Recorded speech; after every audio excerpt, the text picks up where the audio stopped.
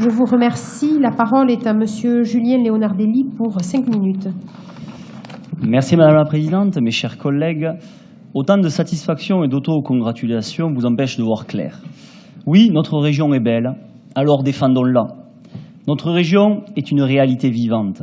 Elle est une composante de cette France que nous avons chevillée au cœur. Nous aimons tout de notre région, des gorges de la Lozère et de l'Aveyron, aux plaines et vallons du Gers et du Lauragais, notre littoral de Collioure à Aigues-Mortes, en passant par nos Pyrénées, du Pic du Midi au Canigou.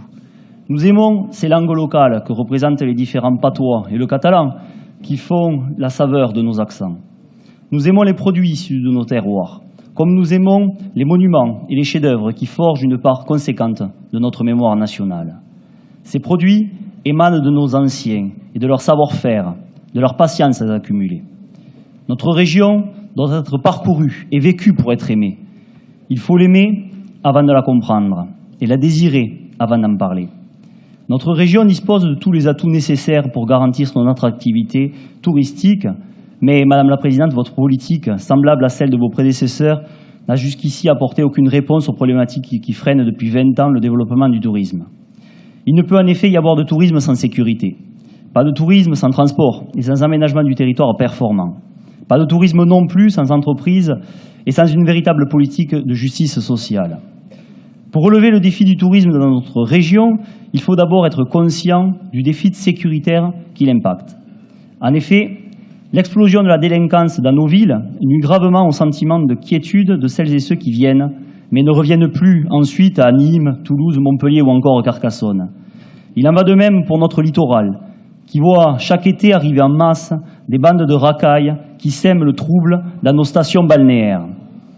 Tant que la question sécuritaire ne sera pas réglée, nous pâtirons d'une mauvaise réputation, contrairement à la côte basque par exemple, qui jouit d'une image apaisante et qui favorise la venue de nombreuses familles françaises venues chercher de la tranquillité.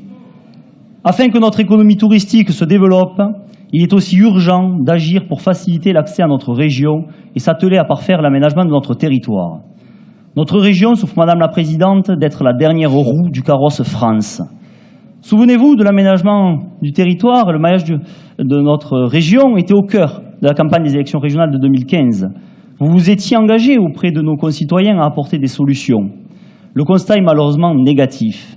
Les Français attendent toujours des solutions et ce développement que vous avez promis n'arrive toujours pas. Depuis combien d'années parle-t-on du TGV, qui reste malheureusement une douce utopie, un fantôme même pour certaines zones? À quand un Toulouse-Montpellier ou encore un Montpellier-Perpignan? Le problème du réseau autoroutier aussi doit être pris à bras-le-corps. Nous devons imposer à Vinci Autoroutes nos choix, à l'heure où cette société privée engrange de nombreux bénéfices sur le dos des habitants et des touristes qui sillonnent notre région. Il est urgent de revoir à la hausse le nombre de sorties d'autoroutes afin de dynamiser et de faire revivre nos villes et nos villages et engager un bras de fer pour limiter les augmentations tarifaires qui sont prévues à partir de demain. Que serait votre ville de Martres-Tolosane sans sa sortie d'autoroute? Nombre de nos joyaux régionaux sont également oubliés, à l'image du canal du Midi qui, si rien n'est entrepris rapidement, va perdre son classement au patrimoine mondial de l'UNESCO. Sa sauvegarde doit être une priorité absolue. L'ubérisation du tourisme doit être, elle aussi, prise en compte. Nous devons être à la hauteur du bouleversement qu'elle représente, car il faut l'anticiper pour y répondre concrètement. Les mutations technologiques en cours engendrent aussi des mutations économiques dont nous devons tenir compte. Autant les emplois touristiques ne sont pas délocalisables, autant la numérisation nous oblige à constater que les recettes du tourisme sont elles parfois délocalisées. Les hôteliers s'inquiètent à juste titre d'ailleurs du développement d'Airbnb et il est de notre devoir de répondre à ces inquiétudes émergentes.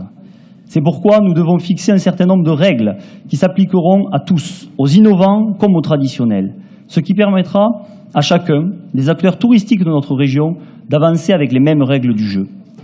Enfin, et c'est une réalité, un grand nombre de Français ne peuvent pas ou plus partir en vacances. Cela souligne l'accroissement de la pauvreté dans notre pays, notamment les classes populaires qui, il faut bien le dire, ont été sacrifiées par la gauche et par la droite au pouvoir. Le tourisme dans notre région en est directement affecté, puisqu'à la différence de nos voisins de la PACA, nous accueillons traditionnellement un tourisme populaire. Madame la Présidente, je vous l'ai dit, notre région a tout pour réussir. Mais très objectivement, nous ne comptons pas sur vous pour mettre en œuvre demain dans notre région ce que vous et vos camarades socialo-macronistes avez été incapables d'appliquer hier à l'échelle nationale. Par conséquent, Madame la Présidente, nous n'entendons pas vous signer aujourd'hui un chèque en blanc. Nous attendons plus que de l'autocongratulation. Notre région mérite bien mieux. C'est pourquoi nous nous abstiendrons sur ce dossier. Je vous remercie. La parole est à Stéphane Rossignol. Merci.